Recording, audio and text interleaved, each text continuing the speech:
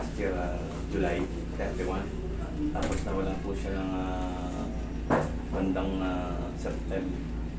September. Okay. Tapos naglaro po ako first week of February. Sumakit po yung likod ko, naka-3 games sa po ako. Tapos pagka umupo po ako ng yung sa bahay niya, parang Parang may nakakaluso na hindi mo mawari sa loob. Ano?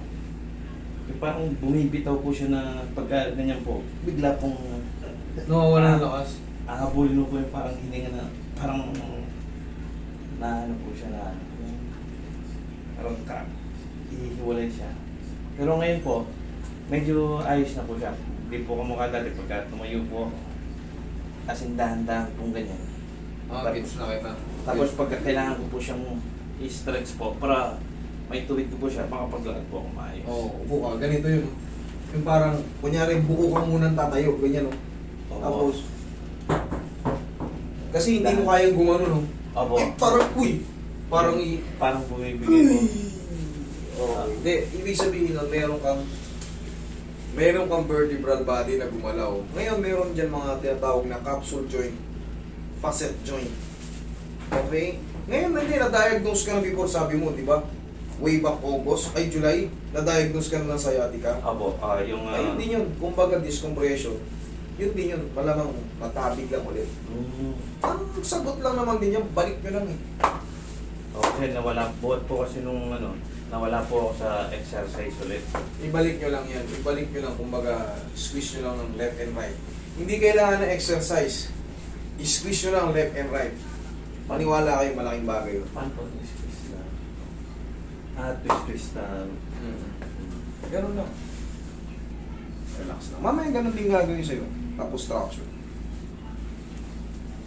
Tayo.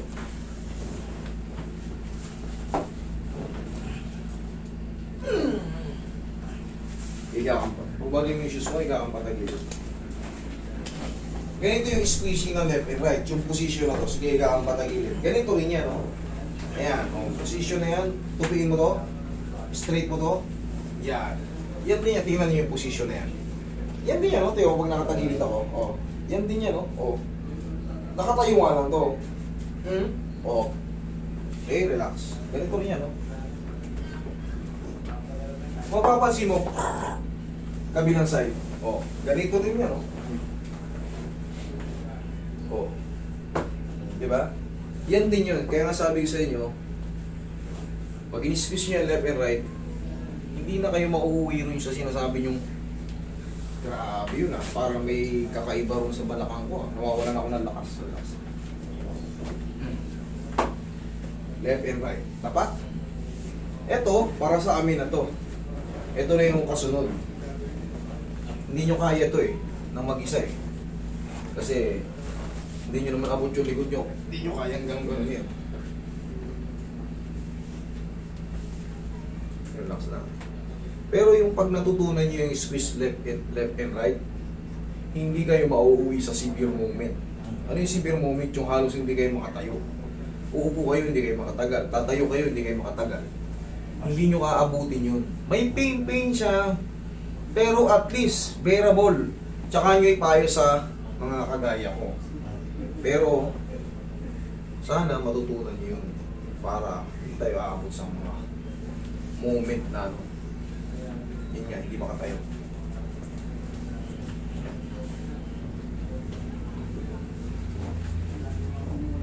Lalo sa mga umiidad-idad. Maniwala kayo. Pagkalisan niya po, mas gusto ko pa kung nakatayo. Kaysa nakaupo. Opo. Tumitining na kasi, napipirat eh. Ano ibig sabihin ng tumitining? Sa words ko na yun, baka hindi nyo lang maintindihan. Yung tumitining parang, siyempre, tagal nakaupo. Kailangan kumikilos din tayo. Okay, tiyan ka lang ha. Kailangan nyo itong alamin.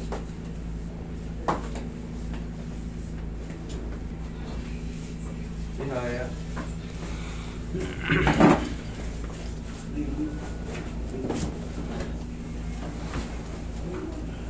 Asking mo lang po. Okay. Lagi sa tiyan.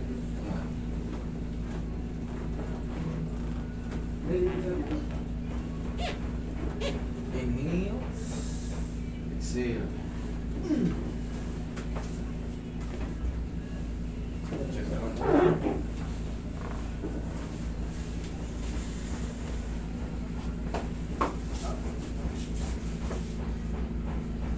Sige, pagtatayo, kung sakali man kung sakali man, kayo ay may mga masakit sa balakang, ito ang tamang pagtayo. Tagilid muna, tukod ng siko, at kamay, baba, pa. Yan, dyan ka sa siko. Kasi ito, very strong to eh. Dito tayo kukuha ng puwersa, pakangat. Tapos ito yung sinasabi ko, kailangan nyo nang aralin to, tayo. Para hindi kayo aabot sa ganung pagkakataon. Sige, shoot mo muna. Very simple lang to, sir. Pagkagising lang sa umaga, gawin nyo lang to. Hindi na tayo magkikita. Huwag lang kayo madidisgrasya or madudulas-dulas kung saan-saan. Sir, parang tuturin mo yung mukha mo. Okay. Lakas mo kate. One, kabila. Kabila. Yun. Upo ka. Pag isang ganun lang, masaya na ako ron. Okay na yun. Yun lang din yun. Kung mapapansin nyo, ginanon mo, di ba? Tignan mo sa side view. Ano yung tsura, di ba? Ganun din yung pahiga. Pag pinahiga ko kayo, isipin nyo nakahiga ako. Ganyan din yun, Nakaano ito. Pero nakita mo kanina, lumagutok na siya.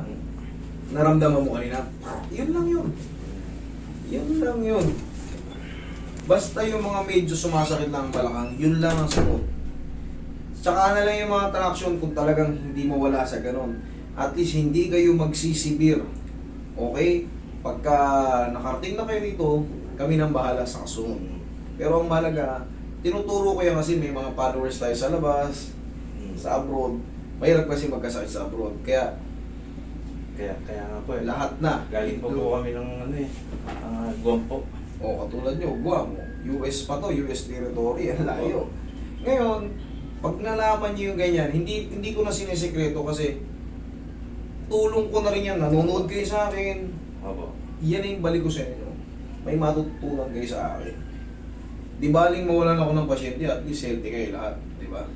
Eh sa ilang milyon yung iba kasi, siyempre, meron na talagang ayusin natin. Pero ang mahalaga, wala tayong sakit. Kumbaga, okay tayo. Hindi ko pinopromote na magkasakit kayo, pinopromote ko na mawala yung sakit sa inyo. Kasi wala kayong malapitan to, katulad ni Sir, sa Guam ka. Gusto ko na magpahaplos doon. Sino kaya? Amerikano, tusa mo? Mga Hindi. Mas komportable kayo pag Pilipino yung may explain pa sa inyo ng maayos. Pero mag-iingat kayo dahil meron nang nangyari dito. Alam niyo naman, nag-viral na. Kaya nga, siyempre, be careful din tayo sa mga nilalapitan natin. Yeah. Kailangan, panoorin nyo muna, sino may pupuntahan mo. Alamin nyo muna kung marunong talaga o magkaiba yung marunong sa nagrurunungan eh. Opo. Kasi ito, katawan nyo to. Gusto ko safe kayo. Katawan nyo to, pag na-disgrasya to, hindi na maibalik. Wala na. Hindi na kayo makaulit. Kung naputol na, naputol na.